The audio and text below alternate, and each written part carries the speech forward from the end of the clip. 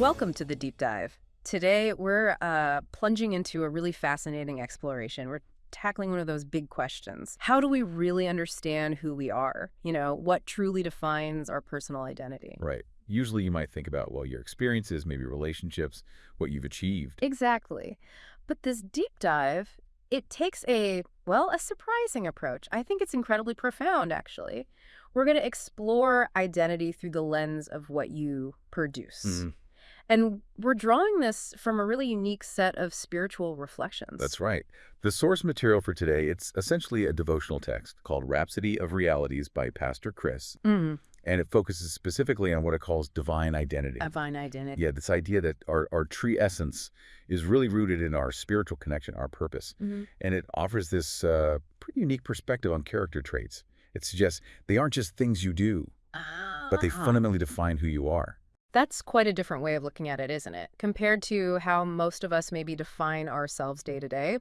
So our mission for this deep dive is really to unpack the powerful analogies in there Hmm. and the specific scriptural references used in this source material. We're hoping for some of those, aha moments about your own intrinsic nature. Okay. So the source, it kicks things off by setting a really powerful stage. It uses an analogy from the Gospel of Luke. Ah, the tree analogy. That's the one. Luke 6:44. It says, every tree is known by his own fruit. For of thorns men do not gather figs, nor of a bramble bush gather they grapes. Right. Simple enough. Yeah, and then it elaborates. It says, look, you see a tree producing oranges. What do you call it? And an orange tree. An orange tree. If it produces mangoes. Mango tree, yeah, got it. The tree is identified by what it produces. And what's fascinating is how the source then immediately takes this agricultural metaphor and applies it straight to human identity, specifically to what it calls the fruits of the recreated human spirit. Okay, the fruits of the Spirit. Exactly. It suggests that just like a tree gets its name from its fruit, you get your name, Yeah. essentially, from the spiritual qualities you embody. Wow, okay. So that agricultural metaphor really sets up a kind of a profound redefinition of self. The source then turns to a really pivotal passage from Paul's letter to the Galatians, Galatians 5. chapter 5, yeah, verses 22 and 23. It lists these fruits of the Spirit.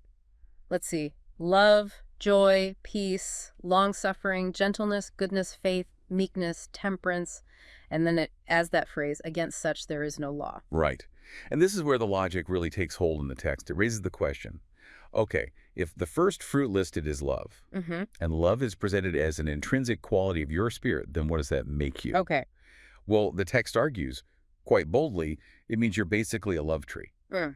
Or even more directly, your name is love. Your name is love. Yeah. And that same profound logic then gets applied to every single one of those spiritual qualities listed. So, following that logic, if joy or peace are fruits of your spirit, then your name is joy. Your name is peace. Exactly. That's a very direct assertion, isn't it? It's challenging. The source even clarifies long-suffering, points out it means patience. Patience. And then it makes this really bold statement. Never say, I'm not a very patient person. I mean, that fundamentally reframes how you see yourself, doesn't it? It absolutely does. It suggests these qualities aren't just aspirations, things you're trying to be. No, exactly. The source is asserting that these aren't just behaviors you might, display sometimes. They are intrinsic parts of who you are. So gentleness is a fruit, Right. meaning your name is gentleness. Goodness is a fruit, so your name is goodness. And the same goes for faith, meekness, and temperance. They're presented as like descriptors of your true self. It's inviting you, the reader, to recognize them as your core identity. It's really powerful to think of those qualities as our actual names, but the source doesn't stop there, does it? It takes this idea of inherent identity even bigger.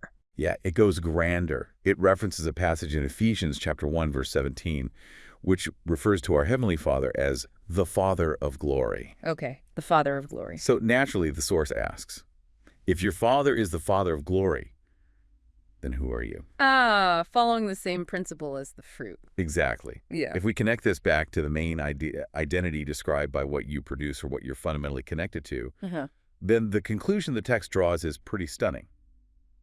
Your name is glory. Your name is glory. You are the glory of God. That's the assertion. It's an Yeah. extension of the same principle, just on a much more magnificent scale. Wow. Okay, so let's try and bring this together a bit. What does all this really mean for you listening right now?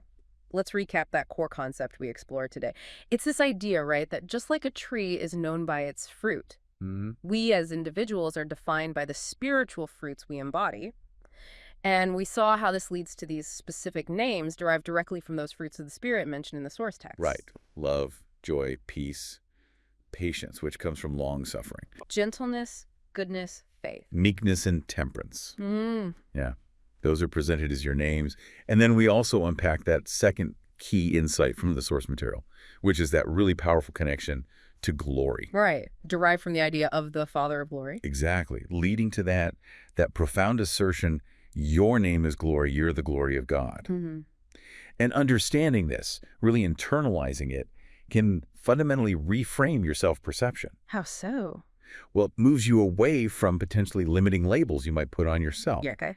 And towards a much more empowered view of your intrinsic self, your divine nature, as the text puts it. Yeah, it really seems to connect these maybe abstract-sounding concepts right back to your daily life. It invites you to see these inherent fruits, not as qualities you have to desperately strive for, Exactly. but as fundamental parts of your being that are, in a sense, already present. Right.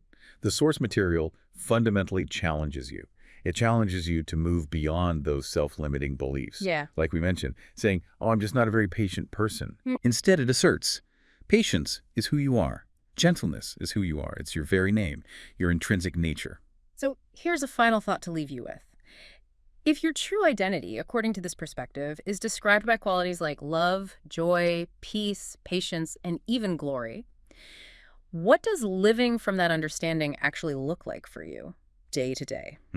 Good question. And how might that awareness change your interactions with the world around you?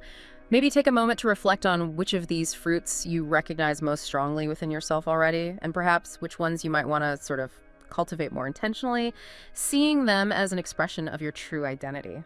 For more information on how you can grow spiritually using Rhapsody of Realities, please visit our website, www.rhapsodyofrealities.org, or you can also visit rin.rhapsodyofrealities.org/salvation. Thank you.